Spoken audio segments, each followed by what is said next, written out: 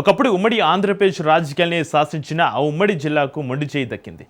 అక్కడ దమ్మున్న నేతలు ఉన్నారనే పేరుండగా రాష్ట్ర రాజకీయాలు క్యాబినెట్లో కానీ సముచిత గౌరవం దక్కేది. ప్రస్తుతం మంత్రి లేని జిల్లాగా ఆ ఉమ్మడి జిల్లా తయారైంది. రాష్ట్రంలో ప్రభుత్వం ఏర్పట్టే 2.5 ఏళ్లు అవుతున్నా ఇప్పటికీ ఆ ఉమ్మడి జిల్లాకు ఒక్క మంత్రి పదవి కూడా ఇవ్వకుండా మొండి చేయి చూపారు. అధికార పార్టీ ఎమ్మెల్యేలు ఉన్న మంత్రి పదవి దక్కని జిల్లాగా మారింది.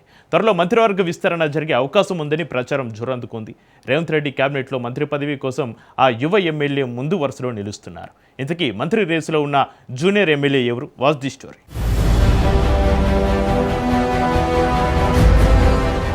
రెండున్నరేళ్లుగా తెలంగాణ మంత్రివర్గంలో ప్రాతినిధ్యం లేకుండా ఉన్న ఉమ్మడి నిజామాబాద్ జిల్లా ఇప్పుడు కేబినెట్ విస్తరణపై భారీ ఆశలు పెట్టుకుంది. ముఖ్యంగా ఎల్లారెడ్డి ఎమ్మెల్యే మదన్ మోహన్ రావు పేరు మంత్రి పదవి రేసులో బలంగా వినిపిస్తోంది. కాంగ్రెస్ హైకమాండ్తో సాన్నిహిత్యం, ఐటీ సెల్లో పనిచేసిన అనుభవం, యువ నాయకత్వానికి ప్రాధాన్యం ఇవన్నీ కలిసి ఆయనకు కలిసి వచ్చే అవకాశాలు కనిపిస్తున్నాయి. మంత్రివర్గ విస్తరణపై అధికారిక ప్రకటన ఇంకా రాకపోయినా కాంగ్రెస్ లో మాత్రం ఎల్లారెడ్డి ఎమ్మెల్యే మదన్ మోహన్ రావు పేరు గట్టిగానే వినిపిస్తోంది.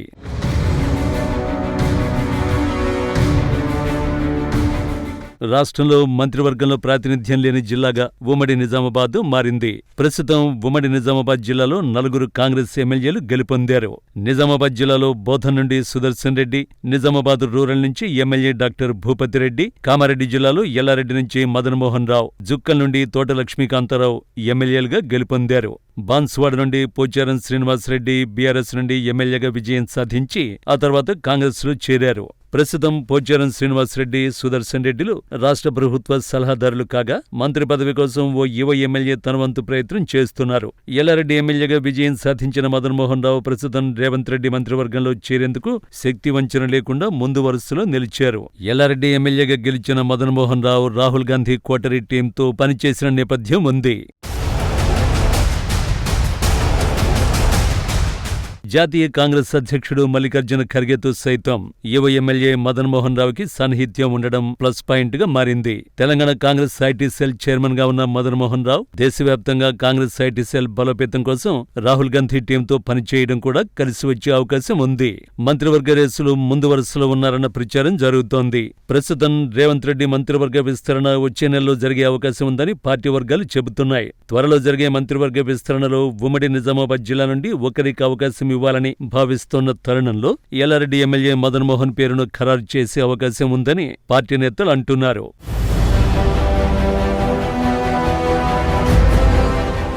ఒకవేళ మంత్రివర్గ విస్తరణ జరిగితే యువ ఎమ్మెల్యే మదన్ మోహన్ రేసులో ముందు వరుసలో ఉన్నారు. సామాజిక సమీకరణాలు, పార్టీలో నెలకొన్న పరిస్థితుల నేపథ్యంలో మంత్రివర్గ విస్తరణ జరిగే అవకాశం ఉన్న నేపథ్యంలో జిల్లాకు తప్పనిసరిగా మంత్రి పదవి ఖాయమని పార్టీ శ్రేణుల్లో చర్చ మొదలైంది.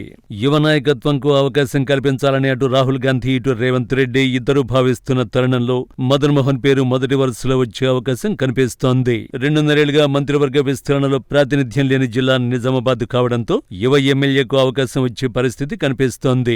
2014లో జహీరాబాద్ పార్లమెంటు స్థానం నుంచి టీడీపీ పార్టీ తరఫున, 2019లో రెండోసారి కాంగ్రెస్ పార్టీ తరఫున జహీరాబాద్ పార్లమెంటు స్థానం నుంచి పోటీ చేసి స్వల్ప ఓట్ల తేడాతో మదన్ మోహన్ ఓటమి చెందారు. 2023 అసెంబ్లీ ఎన్నికల్లో ఎల్లారెడ్డి కాంగ్రెస్ అభ్యర్థిగా మదన్ మోహన్ రావు పోటీ చేసి 24,000 ఓట్ల మెజారిటీతో విజయం సాధించారు. ఉమ్మడి నిజామాబాద్ జిల్లాకు కేటాయించబోయే అమాత్య పదవి కోసం పోటీలో పాత కొత్త నేతలున్నా చివరికి సీనియర్ నేతలకు సలహాదారుల హోదా అవకాశం దక్కింది.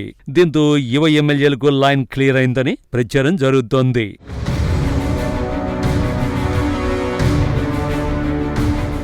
ఎల్లారెడ్డి నుంచి ఎమ్మెల్యేగా గెలిచిన మదన్ మోహన్ రావు ఏఐసీసీ ద్వారా ఢిల్లీ స్థాయిలో మంత్రి పదవి కోసం జోరుగా పావులు కదుపుతున్నట్టుగా తెలుస్తోంది.